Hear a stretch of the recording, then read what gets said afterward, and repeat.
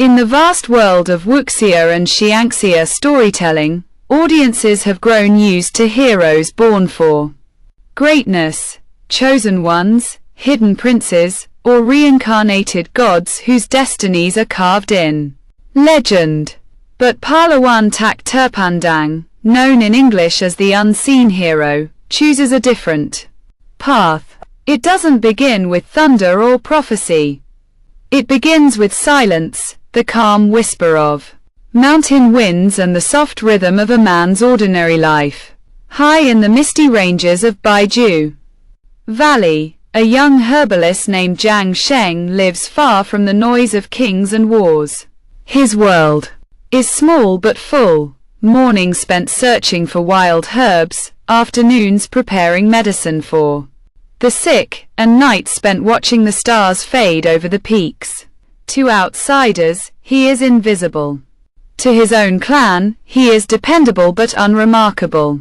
And that's exactly how he wants it. The Baiju clan has no interest in fame or conflict.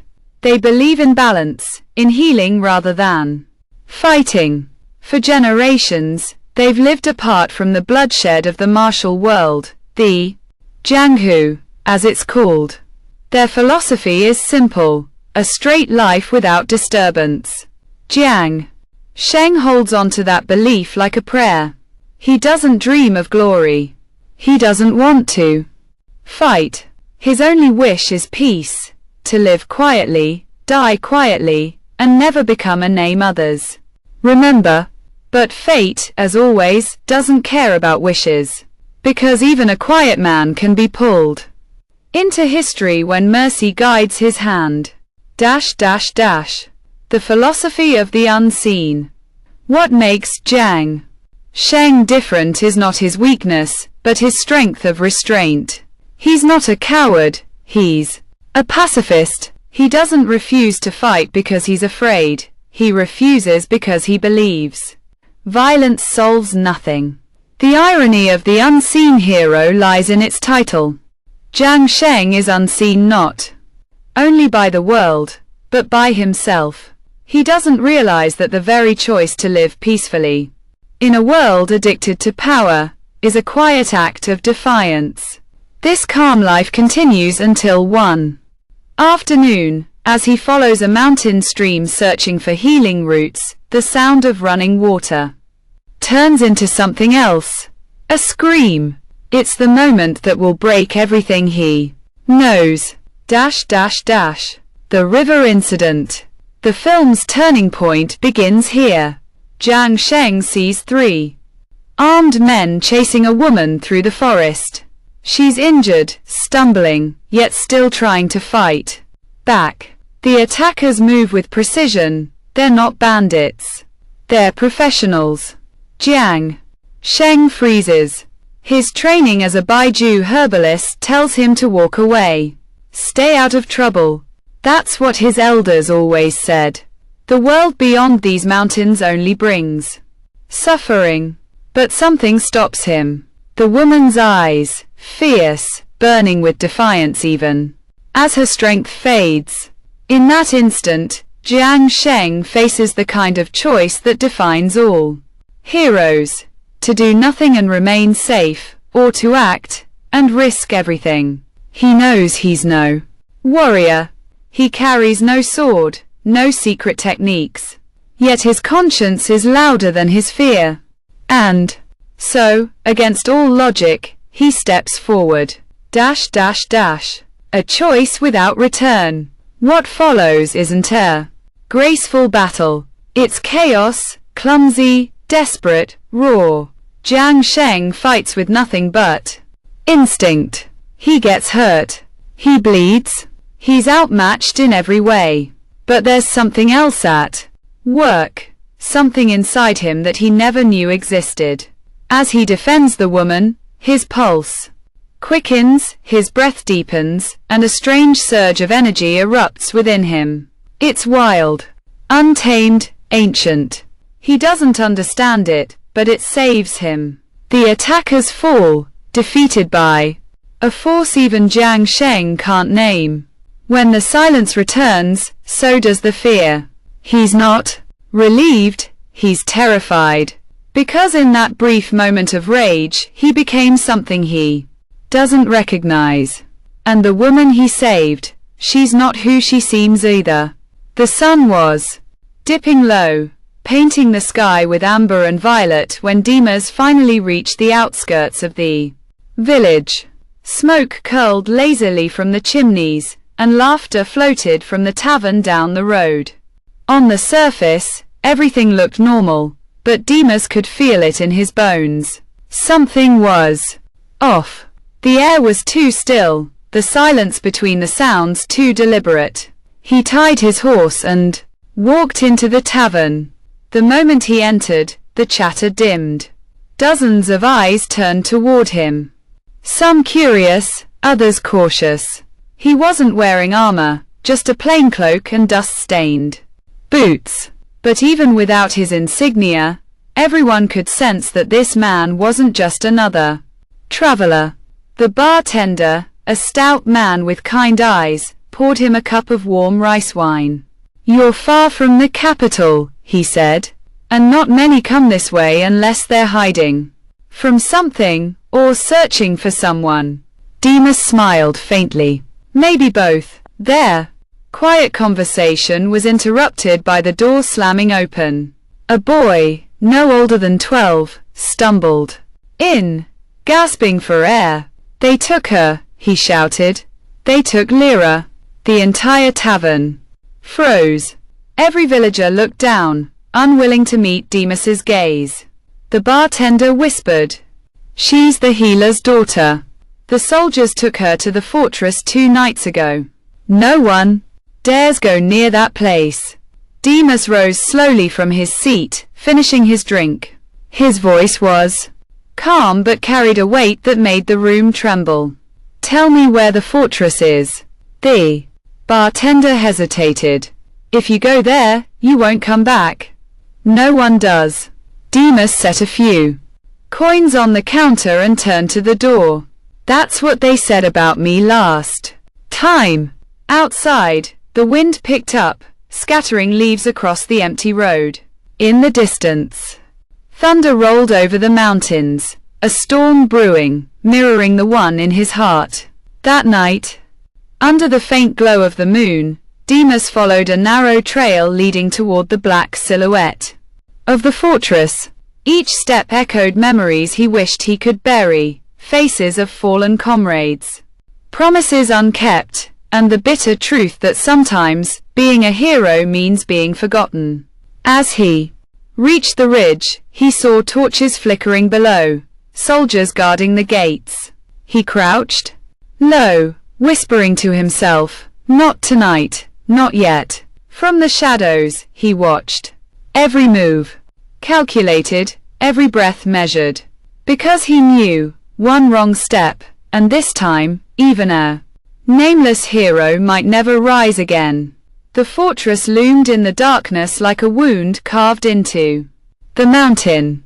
Its black stone walls reflected the moonlight with a dull, metallic sheen, and the air around it carried the stench of iron and fire. Dimas crouched behind a fallen tree, eyes fixed on the guards pacing along the outer wall.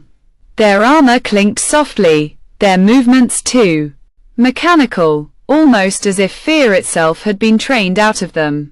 He waited. 1 heartbeat. 2. When the torchlight passed, he moved, silent as a shadow. Dimas scaled the northern wall using old ivy vines that clung to the stone. Every step reminded him how much his body had changed. He wasn't the young soldier he once was. His back ached, his breath came harder. But his resolve had only grown stronger with time. At the top, he crouched behind a crumbling battlement. Below, in the courtyard, he saw prisoners, a handful of villagers, chained to wooden posts. Among them was a young girl with dark hair tangled by wind and dirt. Her wrists were raw from rope burns, but her eyes, even from this distance, burned with defiance. Lyra. Suddenly, The heavy doors of the main hall opened. A man stepped out, tall and draped in a dark military coat trimmed with gold. His face was sharp, his smile colder than steel. Demas knew that face. General Arwen. A name Demas had hoped never to hear again. Once, they'd fought side by side, brothers in arms, until the day Arwen betrayed their command and sold their village to invaders for gold and power. Demas thought he'd killed him in the flames that night, but here he was alive, ruling over this fortress of ghosts. Demas clenched his jaw. So this is where your loyalty bought you? He muttered. From below, Arwen's voice echoed. The rebellion grows bold again. Let the people see what happens when they defy order.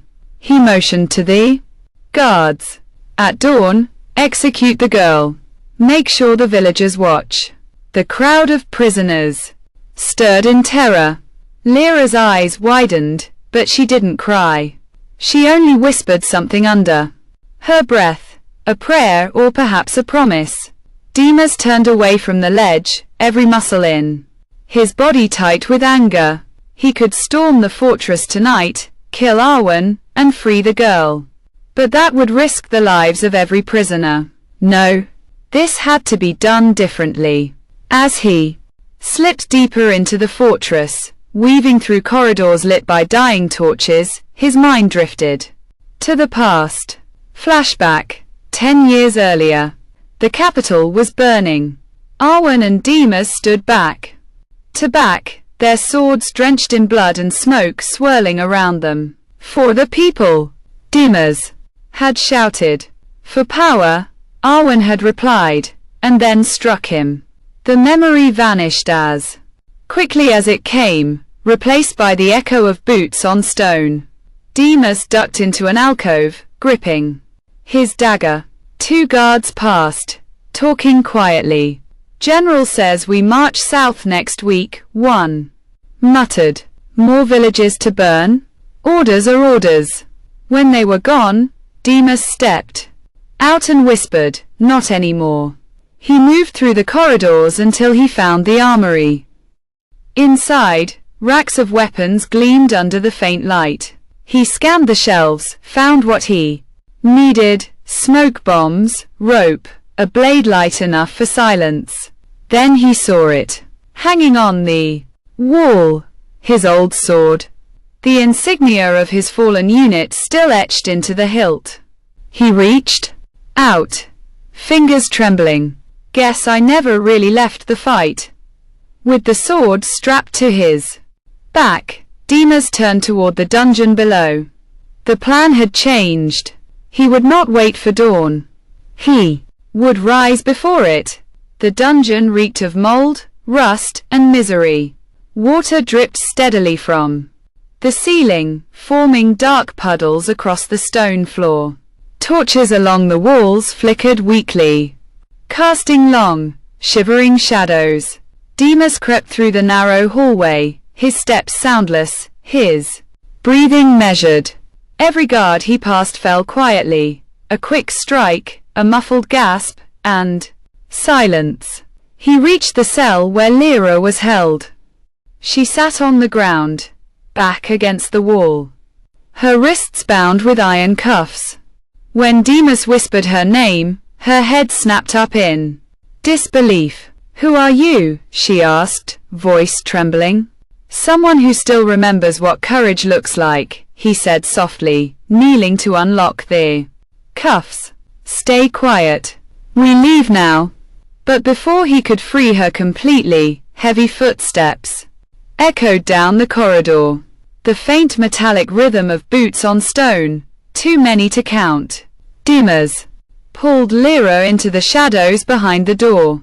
Moments later, 6 guards entered, dragging another prisoner, beaten and barely conscious.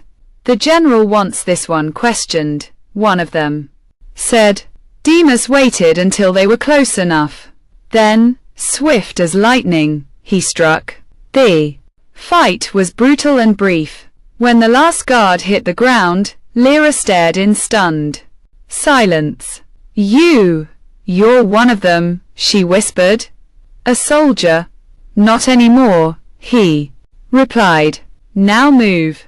They ran through the winding corridors, guided only by memory and instinct. Demas knew the fortress layout too well. He'd helped design it years ago, back when it belonged to the old kingdom. Now it was a tomb built on his own mistakes. As they neared the outer gate, Lyra hesitated. The others, the villagers in the courtyard. You can't just leave them. Demas stopped. For a moment, his eyes hardened, the soldier in him calculating the odds. Then, with a deep breath, he said, You're right. He turned back toward the heart of the fortress. Hide in the stables. When the gate opens, run to the forest and don't look back. She grabbed his arm. You'll die if you go back. He smiled faintly. That's been true for a long time. Flashback. 10 years earlier. The city of Iodara was burning. Arwen's betrayal had come like a knife in the dark. Demas had trusted him more than a brother. Together they led the vanguard, a secret unit sworn to protect the royal family. But greed had found its way into Arwen's heart. He had struck a deal with invading warlords, gold and command in exchange for the city's defenses. When Demas discovered the truth, it was too late. The palace was already in flames. The princess, the last heir, lay dead in his arms, her blood on his hands. Arwen's soldiers surrounded him, and from the shadows, Arwen himself stepped forward. I told you, brother, Arwen said, his voice calm amid chaos. The world doesn't need heroes. It needs rulers. Demas lunged, their swords clashing under the red sky. Sparks flew. Smoke burned their lungs. In the end, Demas's blade struck true. Also he thought. Arwen fell into the flames, swallowed by fire. Demas escaped that night, leaving behind everything he ever believed in. Back in the present, thunder rumbled outside the fortress walls. Demas stood before the courtyard where dozens of villagers waited to die. He took a deep breath and muttered, for the ones I couldn't save. Then he threw the first smoke bomb. Panic erupted. Guards shouted, blinded by the thick grey haze. Demas moved through them like a phantom, cutting chains, guiding prisoners toward the gate. Lyra appeared through the smoke, helping others escape. But then, a voice cut through the chaos. Cold, familiar, commanding, still playing. The hero, Demas. Through the smoke, General Arwen stepped into view. His face bore scars from that long-ago fire, but his eyes, those same calculating eyes, still burned with power. Demas froze. The past he tried to bury was standing right in front of him. Arwen smiled. Let's finish what we started. The fortress burned behind them, painting the night sky in orange and crimson. Smoke billowed upward like a ghost that refused to die. Demas rode hard through the forest, his arm wrapped tight around Lyra as she clung to him, barely conscious. Every hoofbeat echoed like a heartbeat against the cold earth. They didn't stop until the trees grew thick and the road disappeared. There, under the shadow of the cliffs, Demas finally slowed the horse and dismounted. He laid Lyra gently on the grass. Her breathing was shallow, her lips pale. The gash on her shoulder bled through the cloth. He tore a strip from his cloak and pressed it against the wound. Stay with me, he murmured. You're safe now. Her eyes fluttered open. Why? Why did you save me? Demas looked away. Because no one saved the others. The words hung in the air like smoke, heavy, unspoken grief. He turned his gaze. toward the firelight flickering on the horizon. The fortress, Arwen's empire, was collapsing, yet part of Demas felt no victory, only emptiness. Lyra whispered, "You knew him, didn't you?" He nodded slowly. "He was my brother. Not by blood, but by choice. We swore an oath together, to protect the innocent, to never serve tyranny. But power, it changes a man." "What about you?" she asked softly. "Did it change you?" Demas smiled faintly. But there was no joy in it. "It broke me." He rose, walked to the nearby stream, and washed the blood from his hands. The water turned red before fading into the current. He stared at his reflection, a face lined with scars and exhaustion, a face that once belonged to a soldier of honor, now belonging to a man running from ghosts. Behind him, Lyra sat up, wincing. "They'll come for us," she said. "They already have," Demas replied. He reached into his satchel and pulled out a small folded map. It was old, creased from years of hiding. "There's a safe house 2 days north, near the valley. We rest there. After that, we disappear." Lyra's eyes narrowed. "Disappear? You can't just walk away. Arwen's army will rebuild. He'll hunt down everyone who stood against him." Demas turned, his expression calm but resolute. "I spent half my life fighting wars that never end. Sometimes, survival is the only rebellion left." But before he could say more, a faint crack echoed through the forest. The sound of a branch breaking under weight. He froze. His hand instinctively went to his sword. The forest grew silent, too silent. Then, an arrow whistled through the darkness. Demas shoved Lyra to the ground, the arrow grazing his shoulder. He looked toward the trees and saw them, 3 soldiers in black armor, the emblem of the fortress still gleaming on their chests. "Arwen's men." He drew his blade. "Get behind me." The soldiers advanced, blades drawn. The first lunged.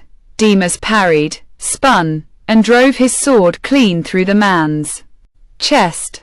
The second swung wildly. Demas ducked low, grabbed his arm, and used his own momentum to slam him into a tree. But the third, faster, deadlier, caught Demas off guard. The soldier's blade sliced across his back. Demas stumbled, gritting his teeth through the pain. The attacker raised his sword for a killing blow, but before he could strike, Lyra hurled a burning torch from the campfire. It struck the man's face, flames bursting across his mask. He screamed and fell. When the forest fell quiet again, Demas dropped to one knee, breathing heavily. Lyra rushed to his side. "You're hurt." He shook his head. "I've been worse." "You can't keep doing this," she said. "You can't save everyone." Demas looked at her, his voice low but steady. "Then I'll save who I can." In the distance, a wolf howled.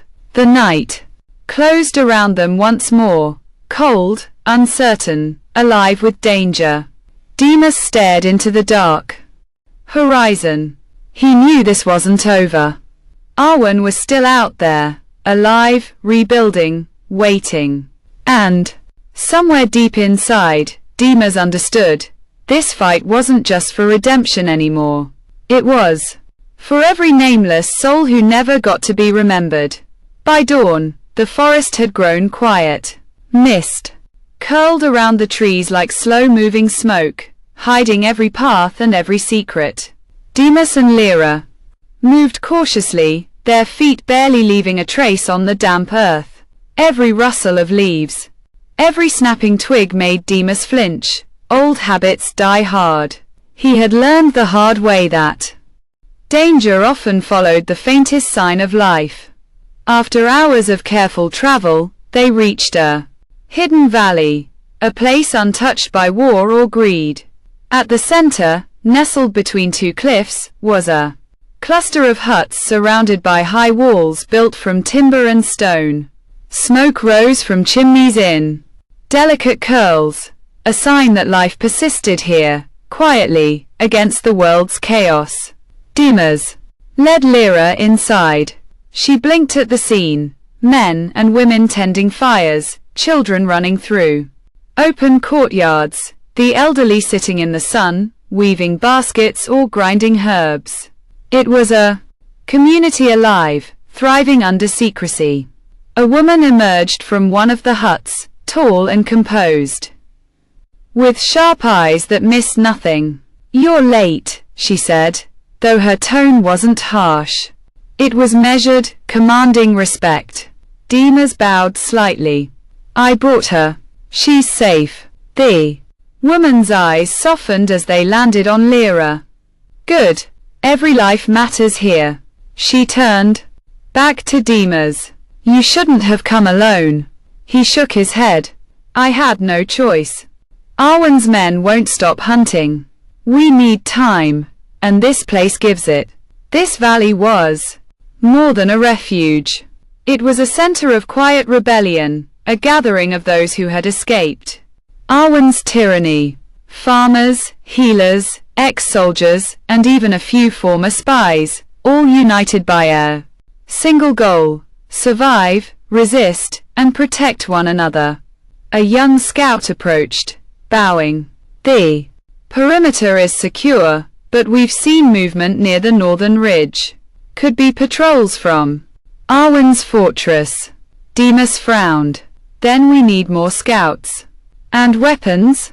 If they find us before we're ready, none of this matters." The woman who first greeted them, the leader of this hidden rebellion, placed a hand on his shoulder. "We've been waiting for someone like you. You know the fortress, the men, the methods. You can teach us. You can give these people our chance." Dimas exhaled slowly. For the first time since the fortress fire, he felt a flicker of hope. But hope, he knew, was fragile.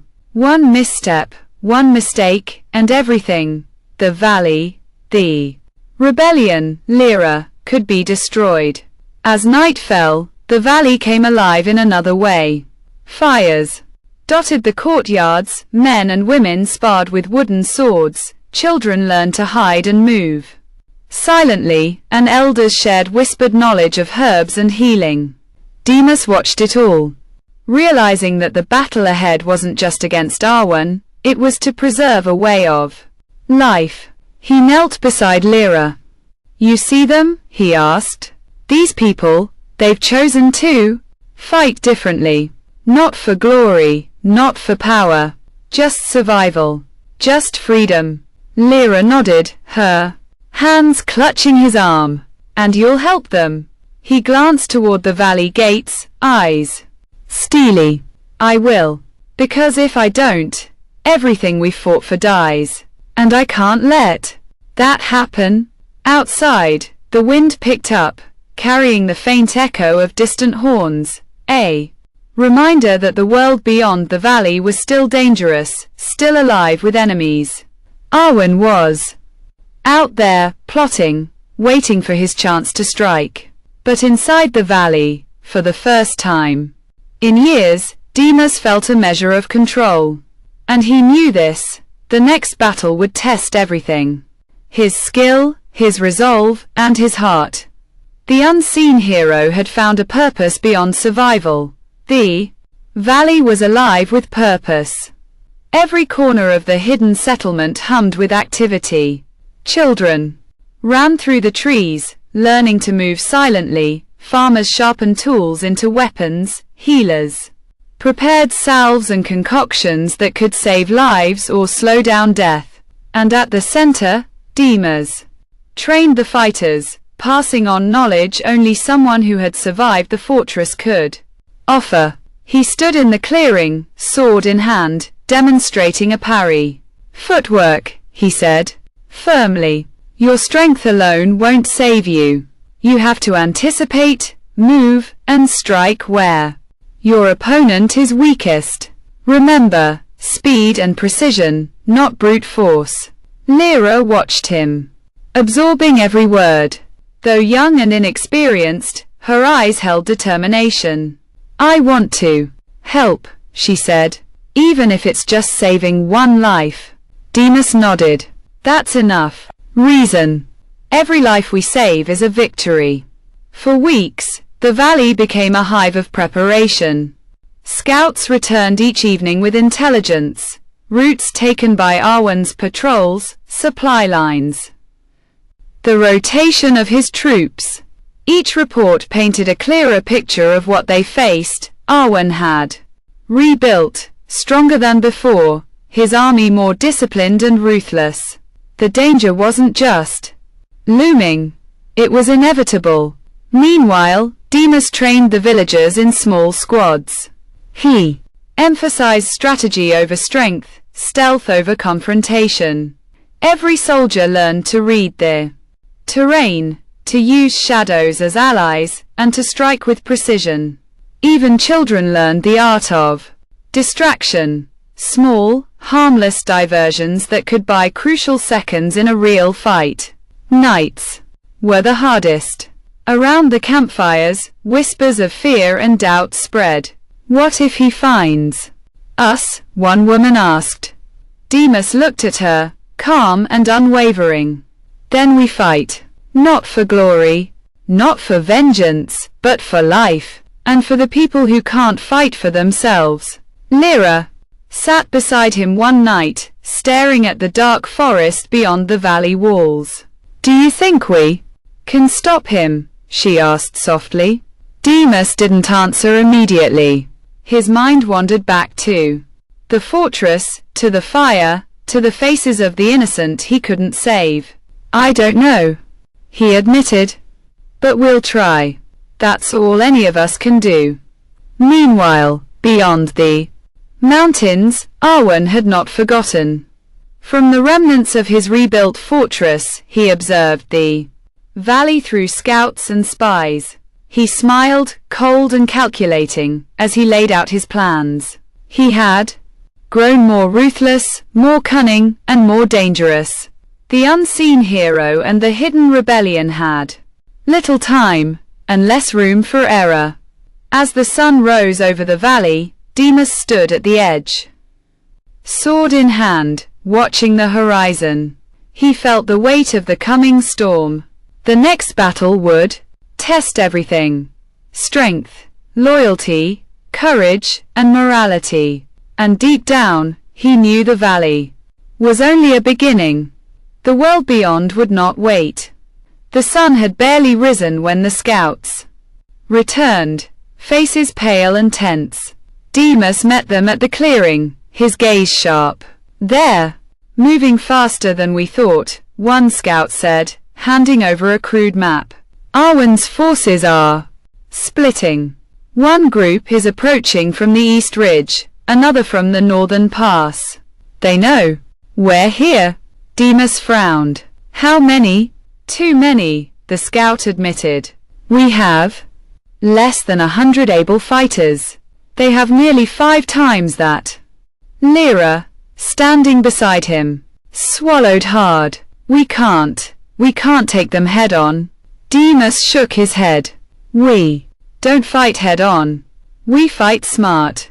Remember everything you've learned. Shadows, terrain, misdirection. They may have numbers, but we have what they lack: home ground and determination. By mid-morning, the valley was quiet, almost eerily so. Everyone knew what was coming. Villagers positioned themselves along hidden trails, behind rocks, and in clusters of trees.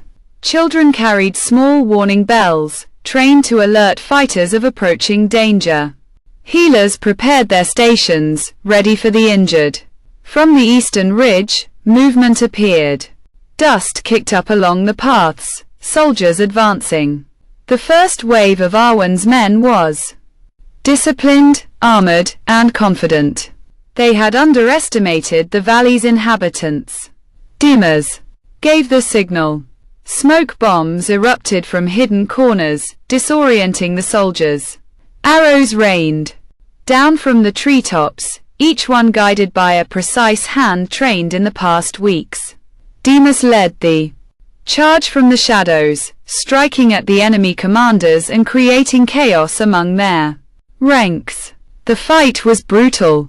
Villagers who had never wielded a sword before found themselves forced into battle, discovering courage they didn't know they had. Lyra moved among the fighters, tending to the wounded while keeping an eye out for openings to strike. Arwen's forces roared in anger, regrouping to form tighter formations. From the ridge, Demas watched, calculating.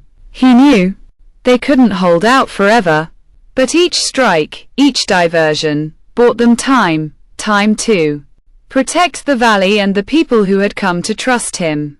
Amid the chaos, a familiar voice cut through the noise. Demas.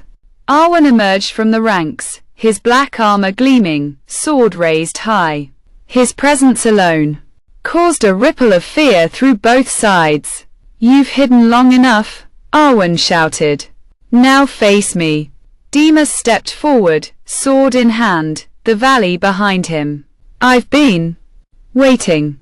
The two men circled each other, each strike and parry echoing through the valley like thunder. Soldiers on both sides paused, watching the confrontation that had been a decade in the making. The fight wasn't just physical. It was a collision of history, of betrayal, and of choices made long ago. Every swing of the sword carried the weight of lost lives, broken trust, and a longing for redemption. As the duel escalated, the valley's defenders capitalized on every moment of distraction. Soldiers fell, traps were triggered, and chaos reigned. But in the eye of it all, Demas and Arwen fought, a storm of skill and fury, neither willing to back down. The battle was far from over, but one thing was clear. The unseen hero had stepped fully into the storm, and Arwen would pay for every choice that led him here. The first light of dawn spilled over the valley, turning the chaos into a surreal painting of fire, smoke, and steel. The battle had raged through the night, but it all came down to one confrontation. Demas versus Arwen. The rest of the soldiers were scattered, injured, or hiding, their morale shattered by the unseen heroes' tactics and the valley's resilience.